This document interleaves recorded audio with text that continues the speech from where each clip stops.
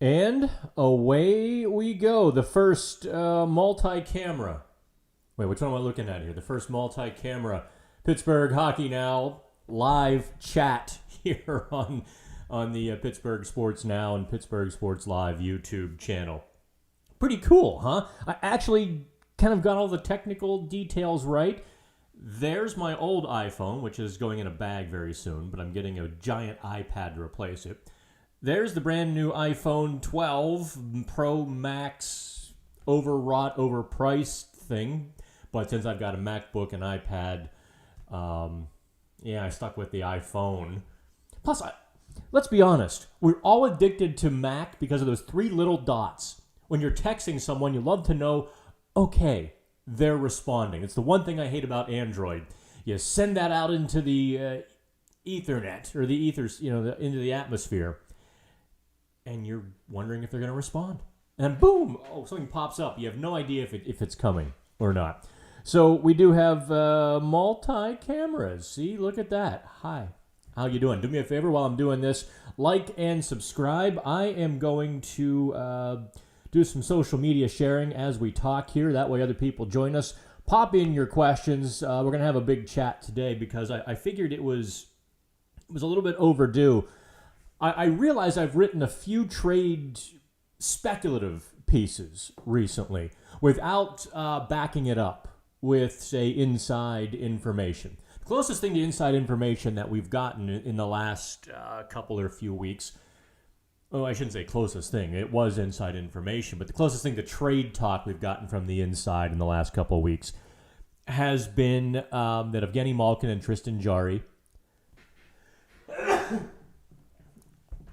would be protected from Seattle. I mean, no great story there, but some other journalists had brought up the fact that maybe one of them wouldn't be. So we got someone to set us straight there. And that the Penguins are looking, I don't know how aggressively, but they are looking for an experienced playoff goalie to back up Tristan Jarry and, top of their wish list. And that doesn't mean it's going to happen, but the top of their wish list, first name that our inside folks mentioned was Freddy Anderson of the Toronto Maple Leafs, who's going to be a UFA. Maybe they grab the rights to him early, although that wouldn't make much sense, would it? Because then Seattle can come along and scoop him up. So that whole expansion draft is a bit of a fly in the ointment because so many teams, I think, are waiting to get some sense of what Ron Francis and the Seattle Kraken are going to do. And by the way, the Kraken today threw us a curveball, did not hire Rick Tocchet as their next head coach. Despite 3 interviews, Tock didn't get the job, and instead, Dave Hackstall got it. Ron Hextall's coaching hire, Hackstall, is now in Seattle. So that's where we're at on that. If that, I don't think that tells us anything we didn't know about Seattle. I think we knew Ron Francis was going to build a slick team. And by slick, I mean more speedy than heavy. By slick, I mean more puck movement than heavy. Just like he did with Carolina. So I think he's kind of going along that same path. And I don't think Dave Hackstall is a bad coach. He had a terrible penalty kill in Philadelphia. Absolutely sunk the team. He also didn't make a few adjustments. And I recall watching the game, the games against Philadelphia when the Penguins would play them, and you just were kind of waiting for an adjustment or two, and I didn't think Hackstall was quick enough with a lot of those. I remember thinking Mike Sullivan got the better of Hackstall quite a bit. But, look, Mike Sullivan was a head coach and failed once before, too. And a lot of guys learn a whole lot for their second go-around. We'll see what Hackstall does. Let's you and I get into the trade and free agency chatter. Let's see here. Live Dan, surprised by the showings of the Isles and Habs, Jamie asks. Surprised? I think we all are, right? Although in fairness, I did pick Montreal to be in the Final Four. I knew they could beat Toronto, and Winnipeg was who I thought they would have trouble with, quite frankly. I thought Winnipeg could play a whole lot better than they did. But so it is. Am I surprised Montreal got this far? No. Because the North Division was... It was what it was. Am I surprised they're 60 minutes away from going to Stanley Cup Final? Hell yes. I thought Vegas was going to roll over them in 4, maybe 5 games. I'm not kidding. I think I wrote for Vegas Hockey Now, not for Pittsburgh Hockey Now, that it was going to be a short series. And by all accounts, by all measures, it should be. But what we're finding out here, Jamie, is no matter how good a team is, when the other team is willing to barricade their net, just absolutely lock 5 guys around it, all but holding arms and singing, it changes the game. And the way the officials have called the game has changed the game as well. Look no further than the New York Saints on that one. I really don't like the way the Islanders play. I hate it, quite frankly. And I really, really hate the way Montreal is playing, because I think they have the talent to be better. They have the talent to go play hockey up and down, put whatever system you want. But to have 5 guys, not just below the dots, but below the circles, as Montreal frequently does. If you watch Vegas, there is never a point in which they are not the puck is not circled by 3 sticks. It's because they send all 5 guys in unison down low or to the wall, and it just sure, it's legal. There are a couple ways to beat it. Obviously, you have to have quick puck movement around the perimeter so you can get to the weak side and get behind them. Or 2, you start throwing punches. You absolutely start wailing on your opponent. Make them afraid to come after the puck. Sure, you're going to... Well, I shouldn't say you will take penalties. You might take some penalties. Let the chips fall where they may. You start popping them a few times. Get them angry. Get them thinking about you and not, the gelatinous blob of defense that they're creating. Make Carey Price face a second opportunity. God forbid. And then, you hate to fight ugly hockey with uglier hockey, but that's just the way the game is set up. Let's see here. Oh, Tom is mad at me. He doesn't want me to talk politics. I almost want to now. Don't ever tell me what not to do.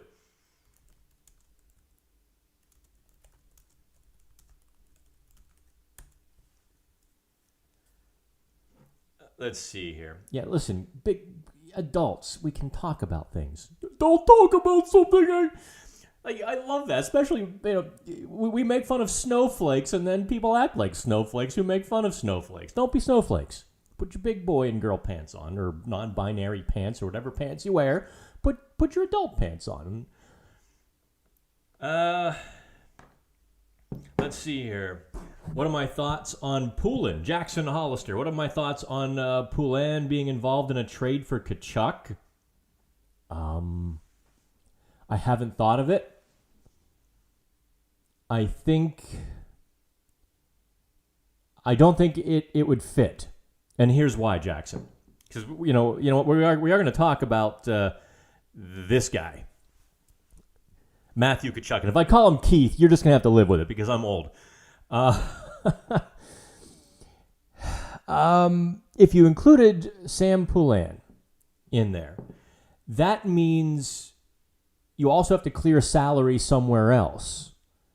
So it's either 2 big moves, one getting Tkachuk in and one moving salary out, or you're way overpaying for Matthew Tkachuk. I take that back. I'm thinking about this out loud here, Jackson, so work with me. If Poulin were involved or packaged with someone, say, like Jason Zucker, then it kind of makes sense because I don't think Zucker has a great value on the trade market. I think he has some value, not a great value. So that makes sense. But would Calgary do that? Maybe? I would say probably not. If I'm Calgary, the guy I'm going to say, okay, you want Tkachuk, then there's essentially one cost. That guy. That's the guy who probably makes a Tkachuk deal go, because Calgary's going to want a player who can score a point per game. I don't think volume gets it done for them, like a Zucker-Poulin deal. Having said that, would I do Zucker and Poulin? Listen, we start getting into armchair GMing, and I try to avoid that. I would say that value, I don't think so, but I also undervalued Zucker when the Penguins got him. And so I can't speak to maybe me being in line with the market for him. He does have a 30-goal season on his resume. And he does hit the score sheet when he plays with Evgeny Malkin. The eye test would never tell you that. But he does. And so I don't know. Zucker is difficult for me to gauge because I view him as a third liner, but his production, his skill set tells me he's top 6. So what are you going to do? Let's see here. What do I think of the Eichel situation, Aaron asks. I don't know if you have noticed this, but Pittsburgh Hockey Now and our sister sites in Boston and Colorado, Detroit as well, have been all over this Jack Eichel situation. We have been the ones actually breaking the news. We've got 2 really good sources on this story, and they're happy to kind of let us know what's going on. Unfortunately, none of those sources are actually with the Buffalo Sabres. I will tell you that much now. We're getting, our information from some high sources around the league, but not from Buffalo. And a rival GM told us, what was it, Monday night, that Buffalo is asking for as many as 6 pieces for Eichel, somewhere between like 4 and 6. The initial trade things we heard, online from Sportsnet, from TSN was, a number 1 center potential under 25, maybe a number 1 D-man under 25, your top 10 draft pick, and maybe a little bit more. We're finding out that's just the start of the offer. So what do I think of the Jack Eichel situation? As a GM, I wouldn't touch it with a 10-foot pole. I wouldn't go near Jack Eichel at that cost. You don't know what you're getting with him. And if you miss on this Eichel trade, it will set your organization back 10 years. I mean, you're gambling with a decade of your franchise and, quite frankly, your job within a couple of years. If Eichel comes in and his back is not right, if he's lost a little bit of a step, if he's a little bit tentative on contact, if he's not the same Jack Eichel, you've lost the trade horribly. And so for that reason, I would make a good offer, don't get me wrong. The chance to get Jack Eichel on my team? Yes, please. But I'm not going to pay for Eichel to the point that it cripples my franchise, period. And especially given the health gamble. Hell no. All right, let's... Okay, good. Both cameras still working. Look at that. I've actually done it right this time. I never do all the technical details right. So let's let me kind of dive into I almost called him Keith, the Matthew Tkachuk situation here a good bit. I did just mention I think if I'm Calgary, I'm asking for Jake Gensel. But what Matthew Tkachuk represents to the Penguins, I think you all know, is that rugged, bruising top six winger that they so sorely lack. A little bit of a pot stir. A guy who will go to the net, throw an elbow, maybe even a cross-check or two. Hey, they're apparently not illegal anymore. And a guy who can do that. At 6'2", 200, what is he, 212 or 202? Over 200 pounds and solid at that. Tkachuk is a pot stir. He is that little bit of a physical presence. He's the guy who's going to draw a defenseman away from your star player for a minute and draw the defenseman to him, which gives Crosby, Malkin, Carter, Bluger, whoever he plays with, space. And you can't undervalue that. Or I should say, wait, you can't overvalue that. Yeah, you cannot overvalue the space that Matthew Tkachuk would, in fact, bring. The other guy I want to talk about, but Tkachuk would be expensive. There's just no question. 2 years ago, he had 77 points. 30 goals? You just don't give up on a 23-year-old who's already done that. Unless he goes to Calgary and says, yeah, I really want out of here. Then you lose a little bit of value because you have to make a trade.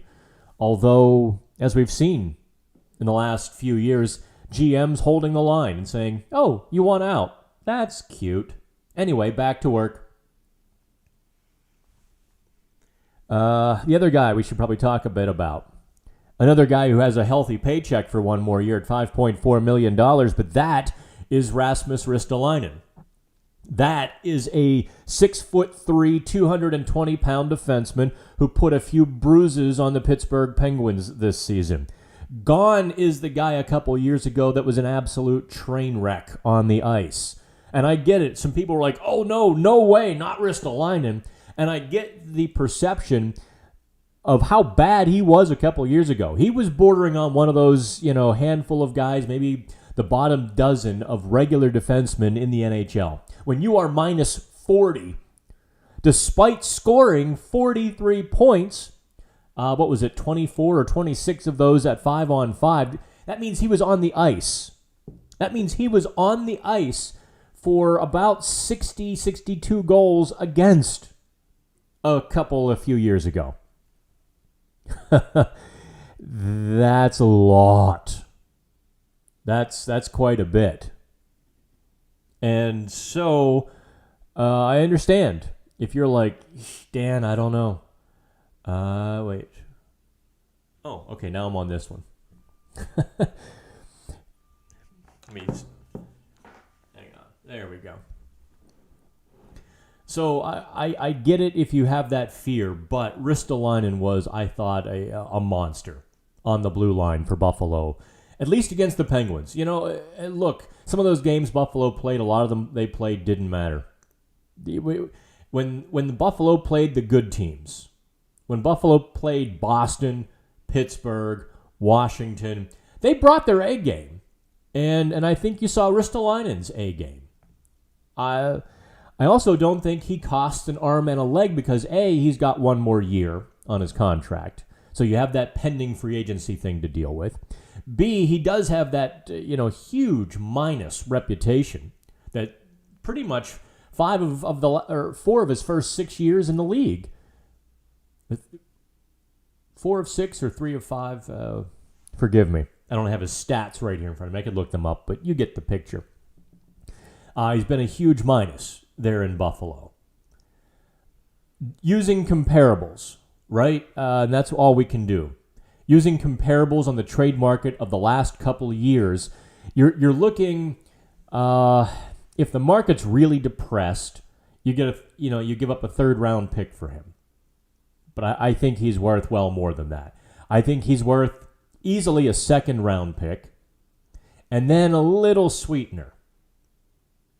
Although I don't know that the sweetener would be necessary because I think this market is still depressed.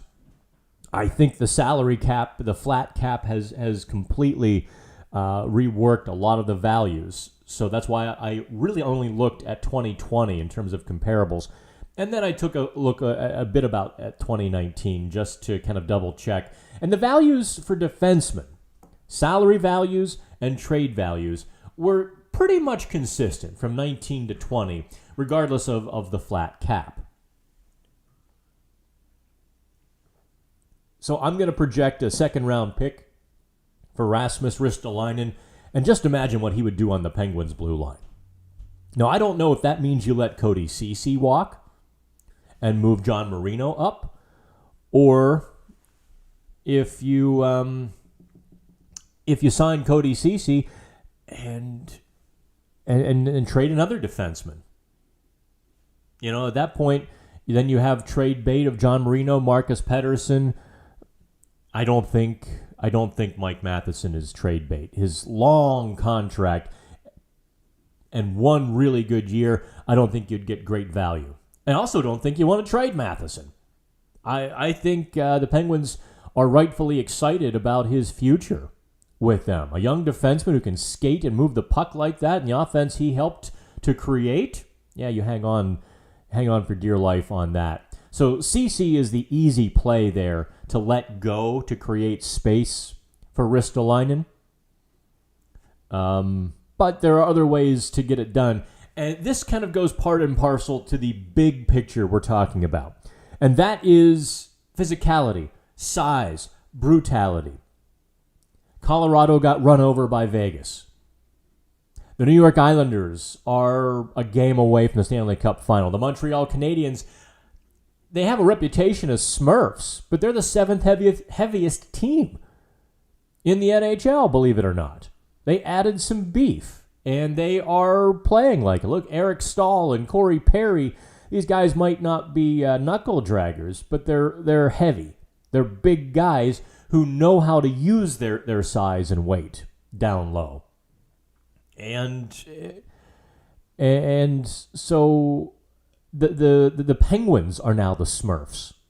Between Gensel and Rust and Zucker, Kapanen's over 200 pounds. Or if he's not, he's pretty close. He looks like it. You know, he's got some weight and some jam to him. He is the Penguins' exception. He and Brandon Tanev in the top 9 are the only two wingers who would scare you when they plaster you in the corner. Now, I love Brian Rust, and he's got just great sandpaper. He's a gritty player as the day is long. And he can hit with a little bit of force. But, you keep Brian Rust because he can play in all facets of the game. The other guys, the game is moving away from them. The game really is moving away from Jake Gensel. And it's challenging Jason Zucker to gain weight and to become a little bit of a bigger player and to maybe sacrifice a little bit of his perimeter game to get inside those dots, which I don't think he does enough of. I don't think he gets in front of the net. I think he's fine on the walls. He doesn't get to the front of the net nearly enough, and I haven't seen him be enough of a sniper either. So those are all of those things that you start factoring in about pieces you need, pieces you can give up. Oh, did someone? Oh, Tom is gone because I wouldn't promise not to talk politics.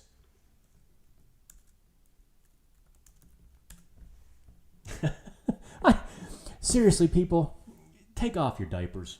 I haven't even talked politics, and I'm not going to. You'd be surprised what my politics are. I don't tell you what to think.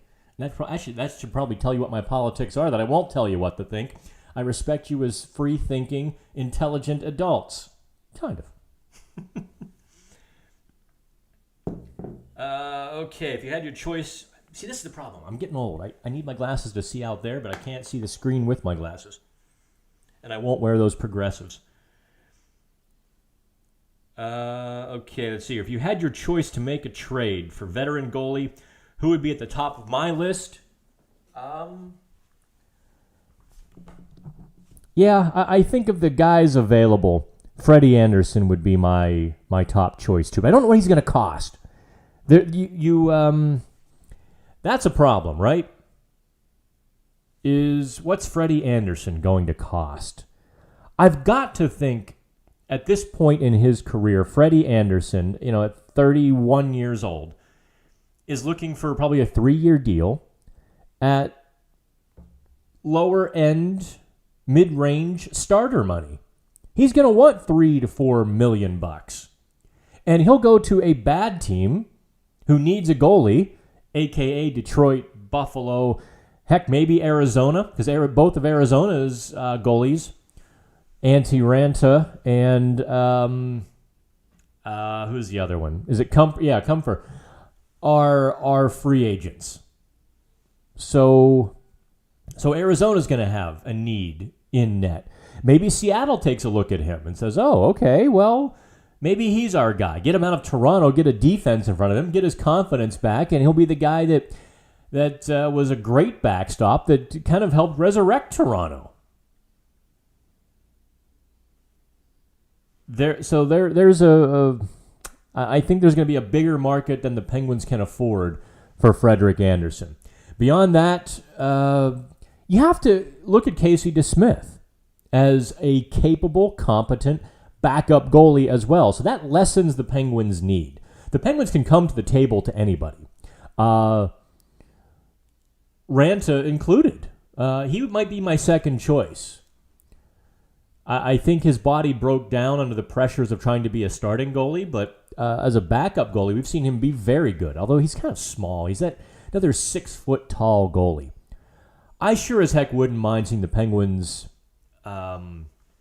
if they have to, although there aren't any available. I was going to say get a big goalie, but the only big goalie I think that will be on the market is Riddick, coming out of Toronto, formerly of Calgary, who's a big 6'4", 6'5" guy from the Czech. And he hasn't been a great goalie in the NHL to this point. He's been a mediocre guy.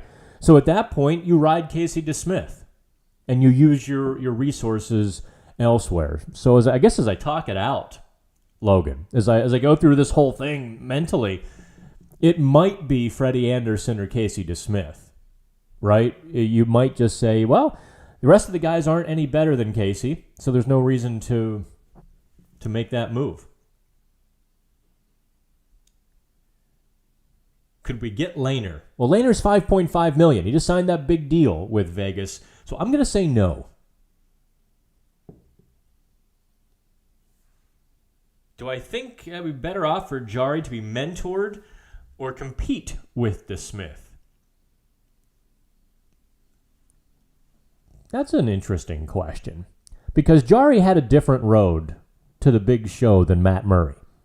Remember that, Murray kind of leaned on Fleury for a couple years. He really did. And Marc-Andre Fleury was a good enough human being to let Murray lean on him and to be a kind and giving mentor. I can name 2 Hall of Fame goalies right now who their backup goalies don't send them Christmas cards. I can tell you 2 right off the top of my head. 2 of the winningest all-time goalies of all time weren't so pleased with the guy in the room who also wanted to play occasionally. Take that for what it's worth and what a person Fleury is. Would Jari be open to mentoring? Might be the more important question there, Aaron. I think at 26 and having to fight his way to the NHL? I'm going to say no, you're not looking for a mentor. You're looking for somebody to push Jari. You're looking for somebody to make him sweat a little bit. And unfortunately, I don't think DeSmith is that guy. DeSmith is not an NHL starting goalie. And at this point, the die is cast where he's a solid backup. He's a great safety net, but he's not a challenger. So that's where I fall on that. We can talk a little bit about Game 6 tonight. Let's Vegas. I think it just broke. My Vegas guy, Tom Callahan, texted that Nosek let it slip that Lehner's going to start tonight. I think it's a good move. For whatever reason, Vegas was flat in Game 5 with Fleury. They were really good in Game 4 with Lehner. Going back to Montreal, I think you want a surly, angry, steely, quiet goalie in an elimination game in Montreal. And I think all of the pressures would have made Fleury, I'm not saying Fleury would have played poorly, but I think all of those pressures would have made Fleury a bit scrambly tonight. And when your goalie's back there scrambling,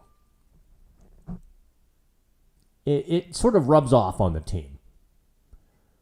And I think Lehner's style is suited for this situation a little better than Fleury. Now, most teams don't have that opportunity, right? Most teams can't look at two bona fide starting goalies and say, which one do I want tonight?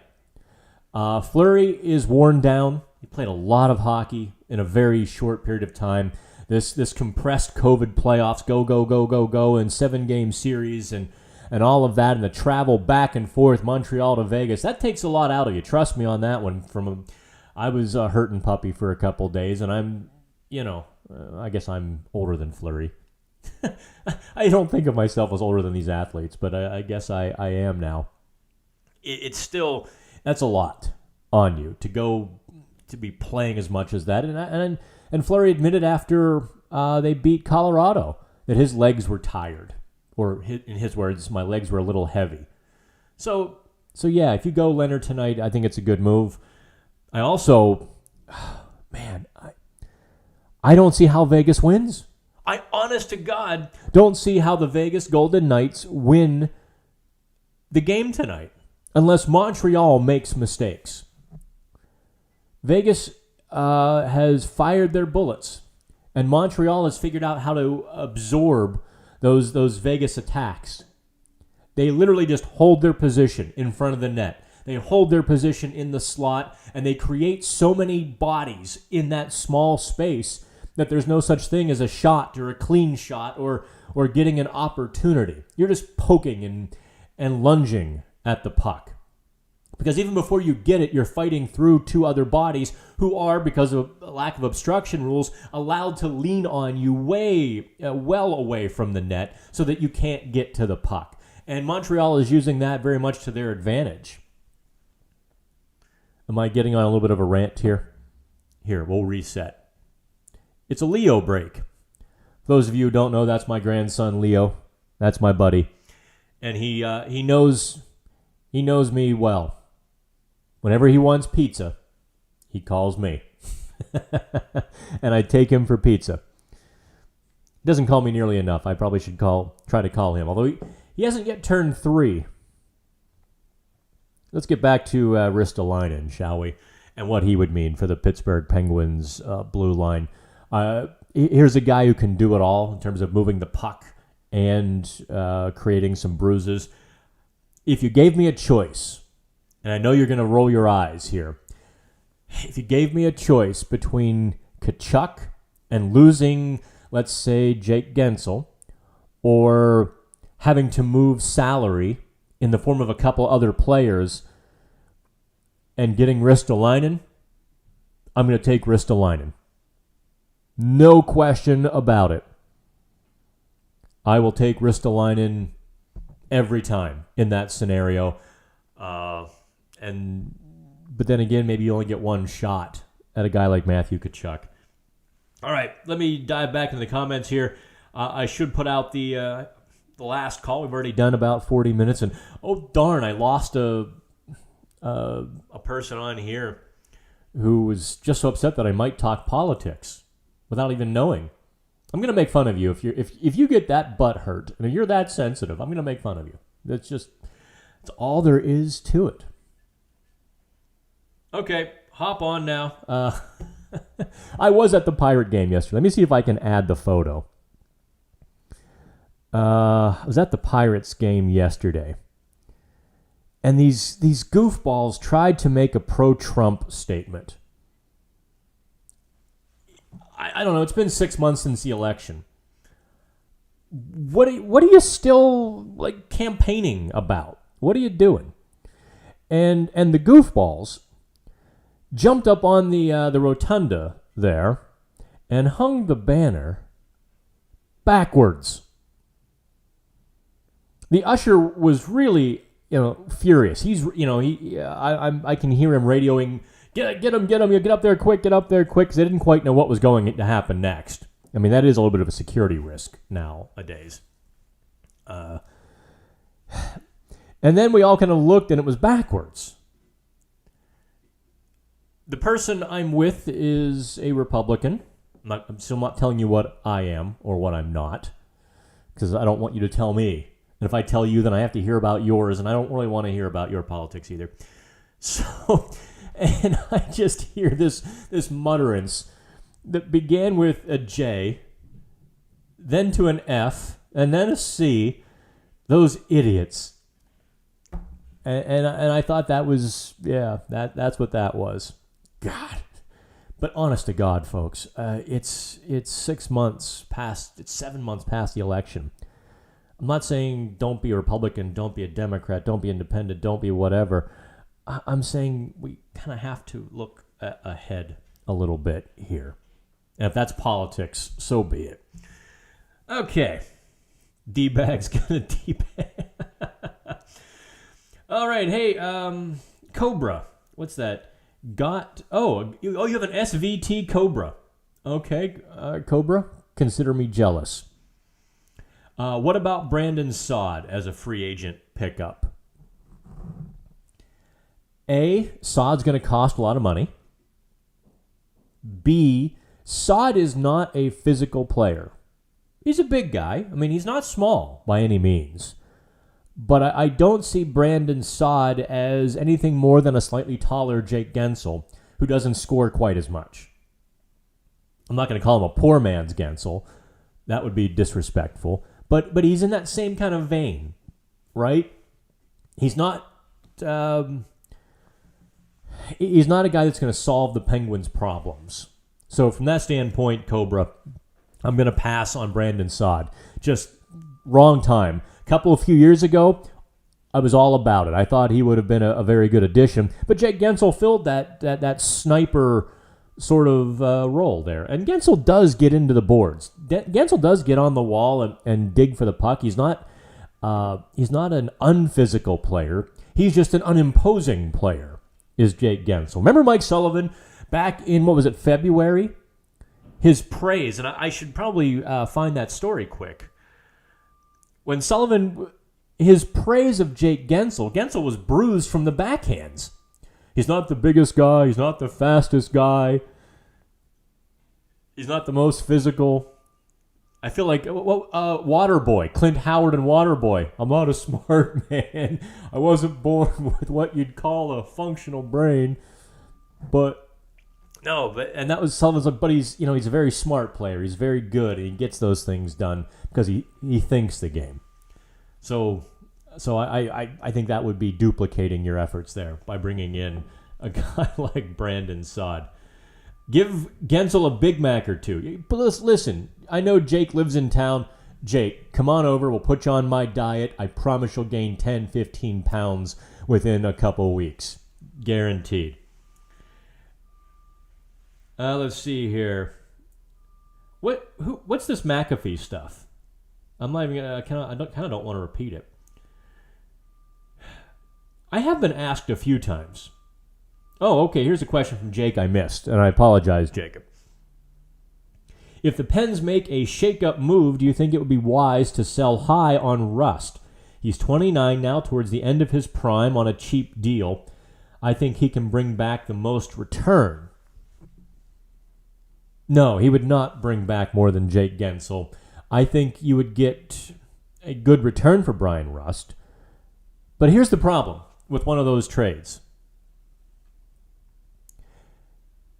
You start looking for players to replace him. You start looking for the next Brian Rust. And let's see how this coming year goes. We haven't talked about this. The Metro Division is going to be ridiculous next year. Carolina will be back. Boston will be gone. So will Buffalo. But the Rangers are going to have a legit coach with a legit philosophy, proven. as much as I thought David Quinn was a decent enough coach, for whatever reason, the culture there was a bit broken. And they were just 10 ply soft. And they never, no matter who they added, no matter what they tried, they never got harder. So I think with Gerard Gallant and now Chris Drury pulling some strings, I think you're going to see that same very talented, speedy New York team. I think they're going to also have a few more pointed shoulders to dish next year. And plus, guys like Adam Fox are going to be a year older too, and Shesterkin and why am I drawing a blank on the first overall pick? Help me out here, guys. First overall pick of 2020. What in the world is his name? Oh, hang on here. I can. Why I draw a blank at least once a show, don't I? Hang on. Oh, yeah, Lafreniere. So, and these guys are going to be better. New York is going to score 85 points next year. They're going to be in full playoff contention. So there's two new teams. The Islanders aren't going anywhere. So there's three teams. Then you've got Washington makes 4. The Penguins make 5. Can New Jersey get any better? So the top of the Metro Division is going to be a slugfest, without question. Let's see how the Penguins do before we start talking about trading Brian Rust. Look, if the Penguins miss the playoffs in 2022, then I think a lot of things that I'm going to say no way in hell to right now get put on the table. And I think if that happens, then you begin to rework this team in a very significant and serious sort of way. But until that happens, until these Penguins prove that they're not a playoff team, because look, despite all obstacles and despite all odds and despite this extraordinary season that they had, they won the division this year. They actually won I think people forget that because of that disappointing first-round loss to the New York Islanders. People forget the Penguins won the division, despite having 5 of their top 9 forwards injured for significant periods of time. Despite no Evgeny Malkin, despite Kasperi Kapanen in and out of the lineup, having to get in shape and then getting injured and then coming back. That's a lot. And no Brandon Tanev for a good while, too. He's their Monster Energy drink, is Brandon Tanev. So as long as they're still making the playoffs, you've got a shot. And you don't give up that shot until it's done. You just wring the rag dry. The time to reload was a couple years ago. It came, it went, it's past tense now. There's no point. We're not two old guys at the Pleasure Bar in Bloomfield. We're going to debate this and then turn to Bill Mazeroski's home run for our next story and where we were. We're not going to do that. We're going to kind of keep the here and now.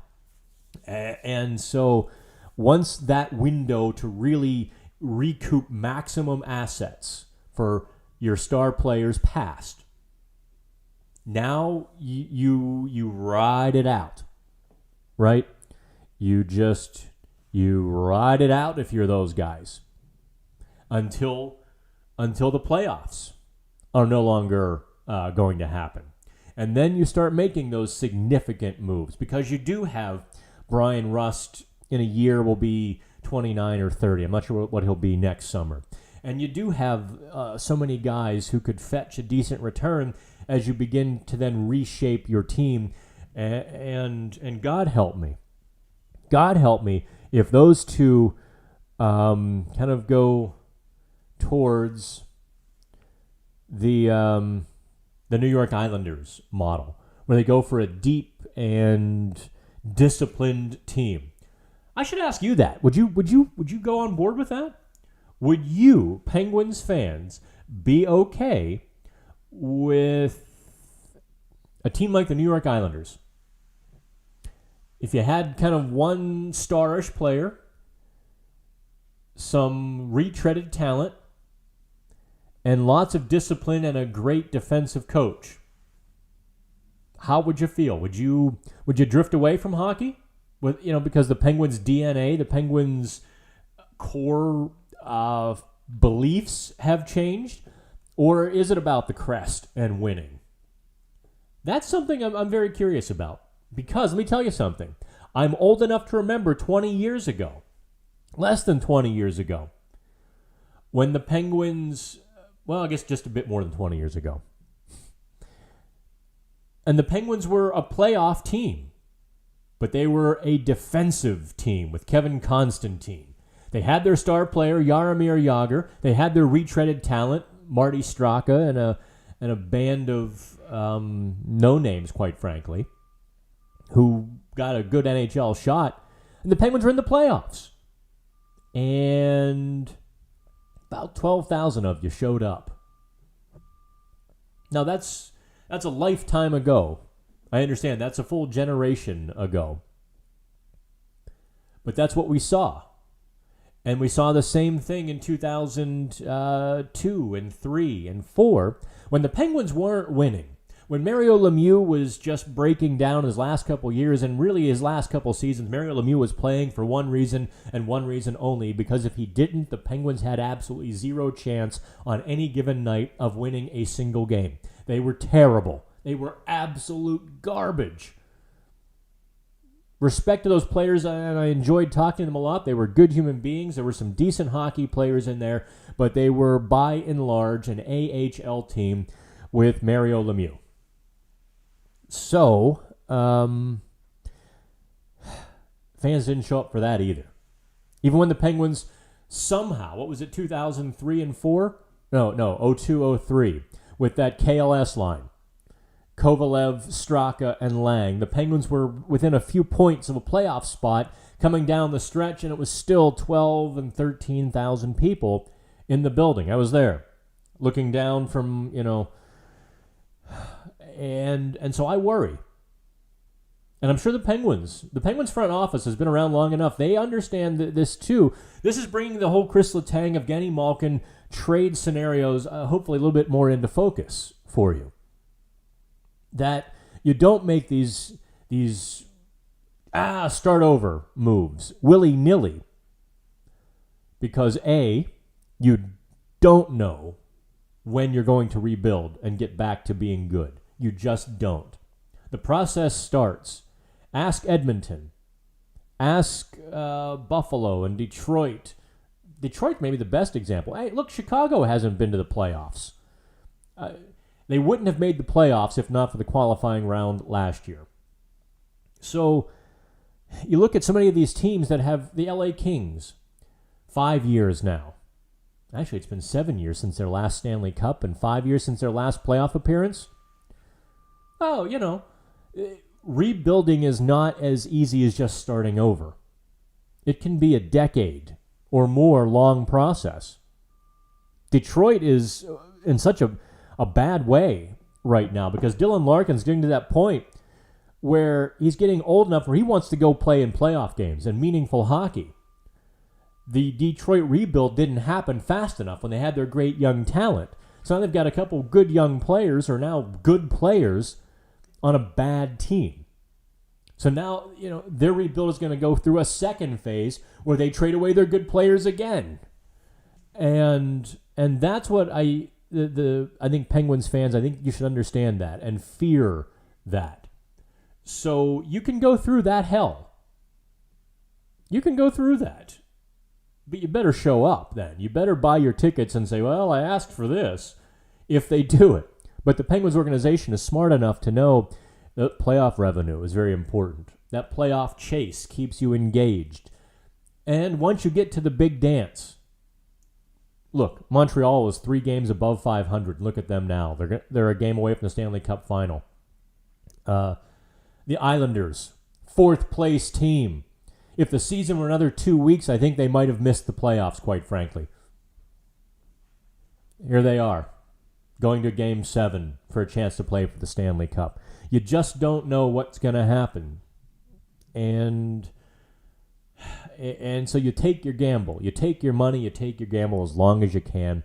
You try to add good pieces. They got lucky with Jeff Carter, who apparently stopped by St. Augustine and drank from the Fountain of Youth on his way to Pittsburgh.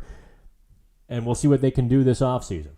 So that just about, let me do a little last check here of questions. Luke Shen, no. Trade for Eichel and sign Ovechkin. I'm not joking. Okay. That's not impossible. Jackson wants to know, I may have talked about this before, but do I agree that the Pens need to get bigger? Yes. Listen, for those of you who are new to this stuff and new to Pittsburgh hockey now, I've picked up a lot of new readers over the last year and a half. I am the guy who was kind of born and bred of the Canadian hockey tradition. I grew up here in Pittsburgh, but I cut my teeth on the hockey world with Canadians. And I learned very quickly the soul of the game. It's their game, and they're not giving it back. So if you want to understand it, you have to understand their perspective and their point of view and be respectful of it. You have to kind of realize that hockey is Canada. And so generally speaking, I fall on the side of the hard-nosed Western Canadian folks and that tradition. So bigger. However, the 2016 and 17 Penguins surely opened my eyes to what can be done the other way. The league plays a big role, and the league is deciding that bigger players are in fashion right now, so the Penguins have to get bigger. Yeah, there is getting bigger and getting players like Tkachuk who can score, no question about it. You can get 3 clogs and plumbers on your fourth line who are 6'5", 240 pounds, who aren't worth a hill of beans or a spit. Yeah, you can get those guys. You don't want them, though. Let's see here. People are not only looking at this year, but the last 3-year playoff results. Yeah? Doesn't matter. It doesn't change the calculus of what I just told you, RB1. It doesn't change the calculus that you get to the playoffs, you take your money, you take your shot. This year was decidedly different, by the way. And that's why I think they're getting another shot or 3 shots at it.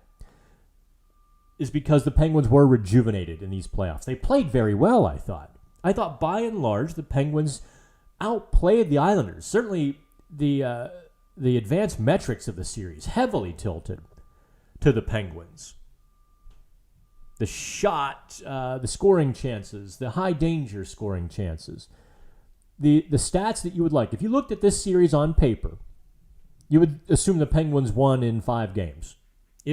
I'm not kidding you. Except for one stinker, the Penguins owned and dominated the play. So they've lost 3 straight years. Blow it up. See, again, just you got to listen to what I'm telling you. I'm explaining the bigger picture to you. You can say, well, they've lost 3 years. Blow it up. You're assuming once they blow it up, this process starts again. And they get more star players, and they go back to winning in 3 or 4 years. That is wildly incorrect. That's a terrible assumption to make. That rebuilding can and often does take a decade or more. You get into that bloody middle at best, where you just kind of get stuck on that treadmill, and you're picking 15th or maybe 13th or maybe 17th. And you're always fighting for that last playoff spot, but really don't have a chance. That's the best case scenario for most teams after their dynasty run. So when you say just blow it up, to what end? What do you think is going to happen after that? Trust me when I tell you, you've got a better shot at a playoff run by adding a few pieces around the core than you do blowing it up. In 5 years, you still have a better chance now than you do blowing it up. Not to mention money. Money. Because you're going to go away when the Penguins blow it up. You're all going to party on Twitter. You're going to dance on Chris Letang and Evgeny Malkin's graves, and you're going to, celebrate how terrible they were. And then you're going to celebrate, and then you're going to whine about how bad the Penguins are and not go to the games. You're not going to watch the games in the same level.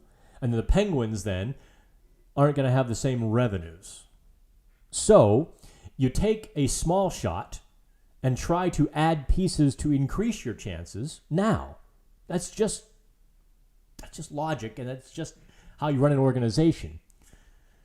Y'all kind of make me mad sometimes because you don't listen to what I tell you. RB1, you're just not listening. Of course you make changes. Every year you make off-season changes, right? You add those little pieces.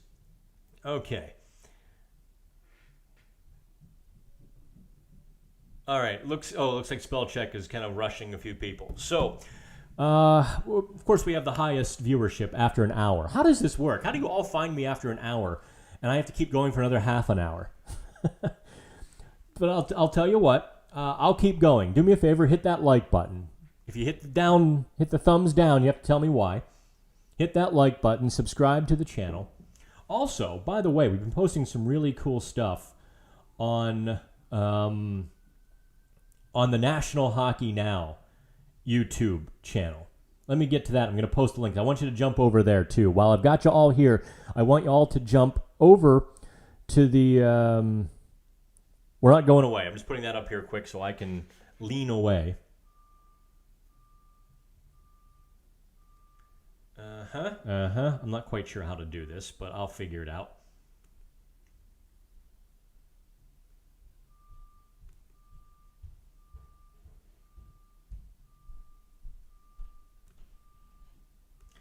My Vegas pregame video had 20,000 views or 19,000 views. Good Lord Almighty.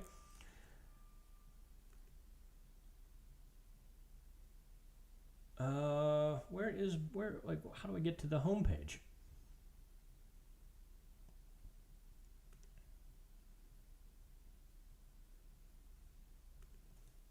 Let me try something real quick here. YouTube.com/National Hockey Now. Let's see if that works. Nope, that didn't work. Oh well. I'm not gonna do that to y'all. I got to get back to doing this. So, okay, here's the deal. Last call for questions, even though most of you have just joined us. Go ahead. Fire away for the last call here. Can I still yell at you for going for games if we can't go regardless? I only get partial season tickets to WBS. You know what I'm saying, Jacob. Obviously, you're not going to drive 6 hours to go to games. I'm saying Penguins fans in general. Everyone's saying, oh, we need to do this, and then the Penguins do this, and nobody shows up. That hurts. Doesn't hurt me. It hurts the Penguins organization because, look, you have no idea how much money they lost during the pandemic. Think about this. No playoff revenue last year. The Penguins actually make money. I think they make some money from home games, maybe a little bit or break even because they get so many fans. And the TV ratings are absolutely through the roof. They've got to be making a few coins from that as well. And so when you cut away 20 games or 12 games last year with no playoff revenues and really you tank the economy because merchandise wasn't selling either, all of those losses, believe me, The Penguins were significantly affected by the last 2 years or last two seasons monetarily. And to go... Oh, okay, good, Jacob, all in fun. Sometimes I worry about some of you because I can never tell who's trolling, who has their knickers in a knit, and who's goofing with me. Glad you're all in fun. But the Penguins lost a ton of money, and I think some of their business partners were a little scraping to contribute their proper amounts from what we heard, and all of that. So if you rebuilt now, And you went back to 12,000 fans next season. Ouch. That's a lot of red ink for one of the smallest markets in the NHL, and that's what Pittsburgh is. Pittsburgh's a small market. You have to be careful about that.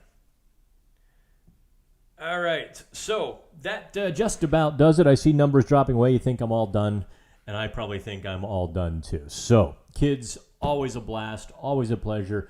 Don't get your knickers in a twist, and don't tell me what to do. Or don't tell me what not to do, because I almost always will do it. In fact, several years ago, someone told me not to do Pittsburgh Hockey Now. Now I've got 10 of them. By the way, cheers to Washington. You guys will have some fun with that rivalry, and feel free to go to Washington Hockey Now and do just be nice to Sammy, but you can do a little bit of trolling of Caps fans. All right? Sammy Silber is a wonderful talent we found, and I think she's going to be an extraordinary beat writer for a lot of years. Be nice to Sammy.